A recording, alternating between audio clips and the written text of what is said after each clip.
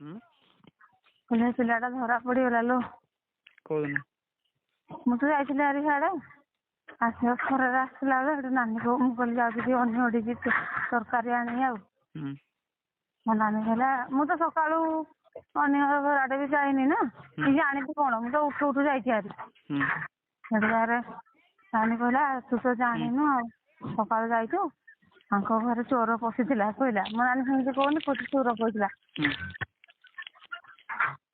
ସେଠି ମୋ ଜେଜେ କହୁଛି ତାଙ୍କ ଘରେ ଗୋଟେ ଅଣ୍ଡରାଟେ ପଇଥିଲା ଏବେ ଖାଇବାରୁ ହେଠୁ ମୁଁ କହିଲି ଏ ଯଦି କୋଉ ଅଣ୍ଡରା ଲୋ କହିଲା ତୁ ମାଇକିନା ପାଟି ବନ୍ଦ କର ସିଏ ତାର ଯୋଉ ଅଣ୍ଡରା ପଶୁ ଯୋଉ ଚୋର ପଶୁ ଏଟା ସେଇ ପିଲାଟା ହେଇଯିବ ପିଲାଟା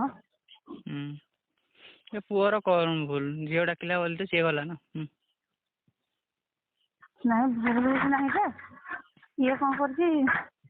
ସିଏ କହୁଛି ଯେ ତମେ ସେ ଆଡେ କଥାଟେ ଖାଅ ମୁଁ ଯେତେବେଳେ କହିବି ଆସିବ ଆଉ।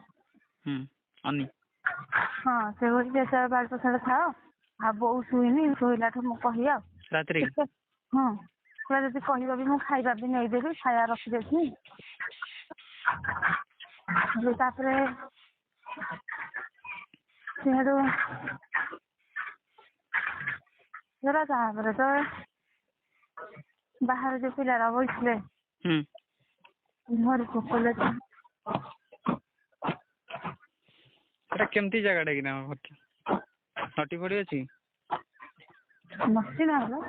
ଆଉ ମନ୍ଦିର ଯେ ବାଡି ପଛଆଡେ ନସିଟା ବାରି ପଛ ଆଡେ କରିଦିଅନ୍ତିନି ବାରି ପଛ ଆଡେ କରିଦିଅନ୍ତି ଘରକୁ ଏଣ୍ଟ୍ରି କରିକି କରୁଛନ୍ତି ବାରି ପଛ ଆଡେ କରିଦିଅନ୍ତେ ହେଇଯାନ୍ତାନି ବାଡି ପଛଆଡେ କଣ ଅଛି ଠିଆ ଠିଆ କରିଦେଇକି ପଳେଇ ଆସିବ ଜାଣିପାରିବେନି କହିବ ପୁରା ଘରକୁ ଯାଇକି ବେଡରେ କରି ଖାଇବ ନା ହଁ ବାଡି ପଛଆଡେ ସବୁ ସୁବିଧା ବାଳମଣୀ ଗୋଟେ ବାଳମଣୀ ଖେଳ ହେଲା ଏକ ଯାଉଛି କହିକି ପଳେଇବ ସିଏ ଶୋଇଥିବ ସେଠି ବସି ପଳେଇବ ଆଉ ସରିଯିବ କାମ ପଳେଇ ଆସିବ ନା ଶୋଇଥିବ ମାରିବ ଆଉ ଏକ ବସିଛି ଆଉ ଦେଖିଲା ବେଳ ଅଲଗା କାମ ଚାଲିଥିବ କଣ ହେଇଛି ପୁରା ବାନ୍ଧିକି ଠୁକିଲେ ନା କଣ ସେ ପିଲାଟାକୁ